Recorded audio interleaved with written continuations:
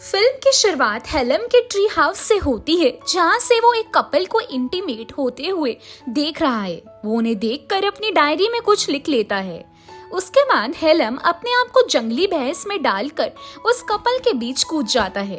वो लड़का लड़की वहाँ से गुस्सा होकर चले जाते हैं। उसके बाद हेलेम घर आकर देखता है कि उसकी बहन लूसी ऑस्ट्रेलिया जाने की तैयारी कर रही है। शाम को हेलेम, लूसी, उनकी सौतेली माँ वेरिटी और पिता जूलियस खाना खाने बाहर चले जाते हैं। वहाँ हमें पता चलता है कि हेलेम और वेरिटी के बीच ज्यादा बनती नहीं है। खाना हो जाने के बाद लूसी हेलेम को पब बुलाती है, पर वो उसके साथ जाने की बजाय घर जाना पसंद करता है। घर जाते वक्त हेलेम देखता है कि एक औरत अपने बच्चे को दूध पिला रही थी। हेलेम इस बात को भी अपनी डायरी में लिख लेता है। अगली सुबह लूसी जाने के लिए निकलती है। हेलेम चोरी छुपे लूसी को देख रहा होता है। लूसी उसे काफी ढूंढने की कोशिश करती है, पर हेलेम सामने नहीं आता। उसके बाद लूसी ऑस्ट्रेलिया निकल जाती है। हेलेम फिर से अपनी ट्री हाउस आता है और पिन से ताला खोलने की प्रैक्टिस करने लगता है। थोड़ी देर बाद वेरिटी उसे लंच के लिए बुलाती है। हेलेम अपने चेहरे पर रंग लगाकर खाना खाने आ जाता है। ये सब बातें उसके परिवार के लिए नई नहीं थी। वेरिटी और जूलियस उसे लंदन भेजना चाहते हैं, क्योंकि हेलेम की उम्र का यहाँ पर अब कोई नहीं है।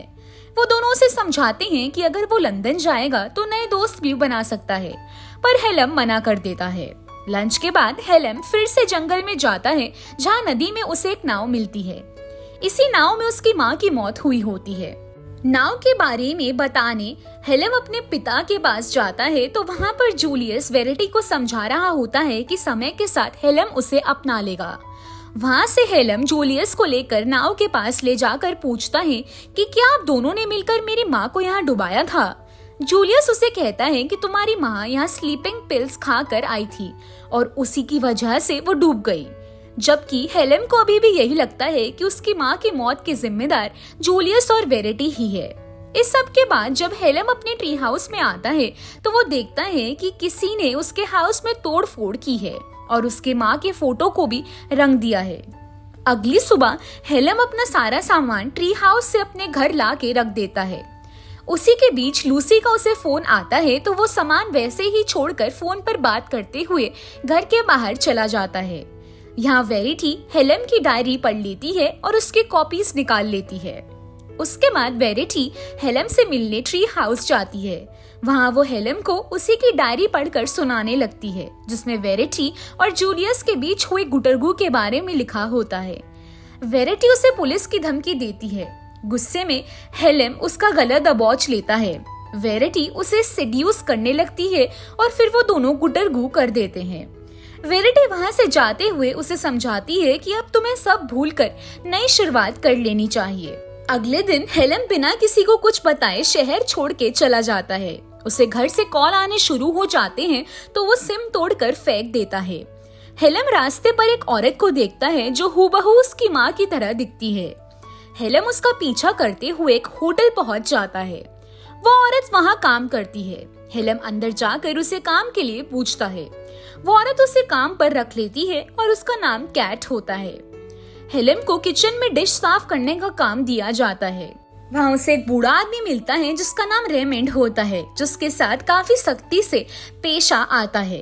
काम से छूटने के बाद हेलेम फिर से कैट का पीछा करता है और उसके घर पहुंच जाता है और खिड़की से अंदर कैट को देखने लगता है।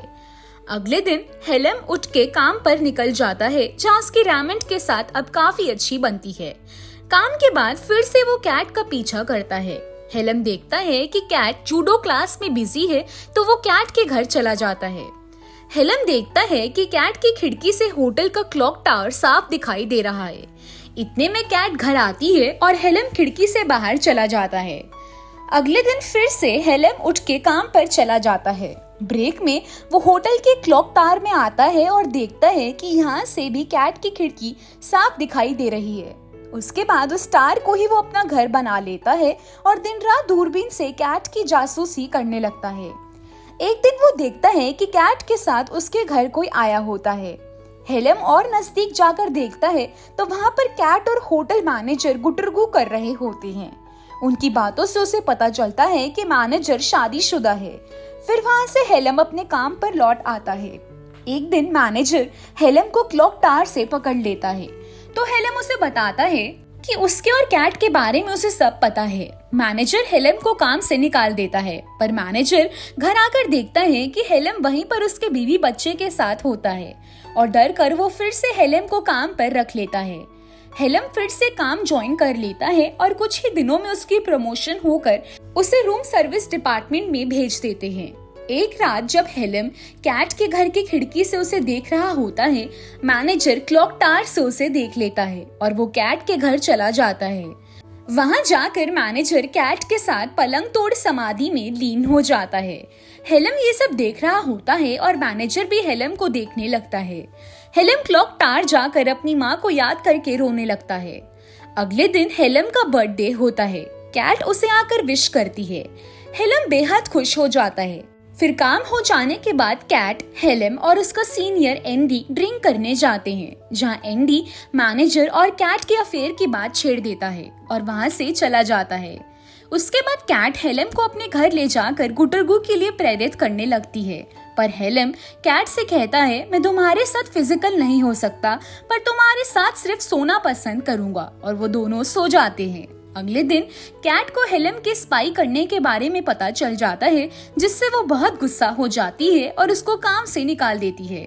इसके बाद कैट जब होटल पहुंचती है तो हेलम वहीं पर खड़ा होता है।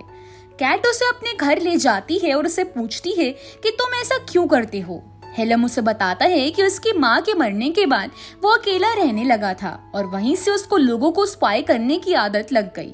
हेलम की सारी बातें सुनकर कैट उसे काम पर फिर से रख लेती है और उसी के घर रहने को कहती है। हेलम का सामान कैट के घर पर ही होता है।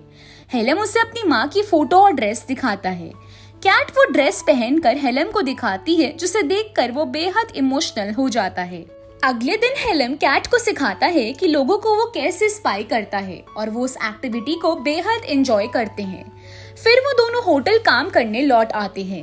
होटल आकर हेलम को पता चलता है कि जूलियस और वेरेटी उसे ढूंढते हुए होटल आ चुके हैं। जूलियस और वेरेटी उसे मिलके बताते हैं कि उनके ऊपर बहुत कर्जा हो गया है और वो चुकाने के लिए उन्हें प्रॉपर्टी के डॉक्यूमेंट्स पर हेलम के दस्तखत चाहिए। हेलम उन्हें मना कर देता है। वेरेटी गुस्से में हेलम को बुरा भला कहकर वहाँ से चली जाती है। हेलम को वेरेटी के बातों का बुरा लगता है और वो भी ट्रेन पकड़ के अपने घर चला जाता है। घर पहुँच के हेलम वेरेटी के साथ हाथापाई करने लगता है। उसके पिता के पैर में चोट होती है, इसीलिए वो उसे रोक नहीं पाते। हेलम वेरेटी के हाथ, पैर और मुंह बांधकर उसे पानी में फेंक देता है, पर तुरंत उसे अपनी गलती का एहसास हो जाता है और वो वेरेटी को पानी से बाहर निकालता है। वेरेटी वहाँ से चली जाती है और जूलियस वहाँ पहुँच जाता है। जूलियस उसे बताता है कि दरअसल जूलियस और उसके माँ के बीच झगड़े बढ़ने लगे थे और इसी कारण हेलम के माँ ने आत्महत्या कर ली थी। सारी बात सुनने के बाद हेलम वेरेटी को माफ करके सारी बातें भूल जाता है। सब कुछ हो जाने के बाद हेलम कैट से मिलने उसके घर जाता है। कैट भी उसे देखकर काफी खुश होती है, पर अब तक कैट किसी और के साथ रिलेशनशिप में आ चुकी होती है। हेलम को इस बात का बुरा नहीं लगता और वो कैट से कहता है कि 5 साल बाद वो फिर आकर उसे प्रपोज करेगा। कैट उसे कहती है कि वो इंतजार करेगी। फिर हेलम वहाँ से चला जाता है और फिल्म यहीं खत्म होती है।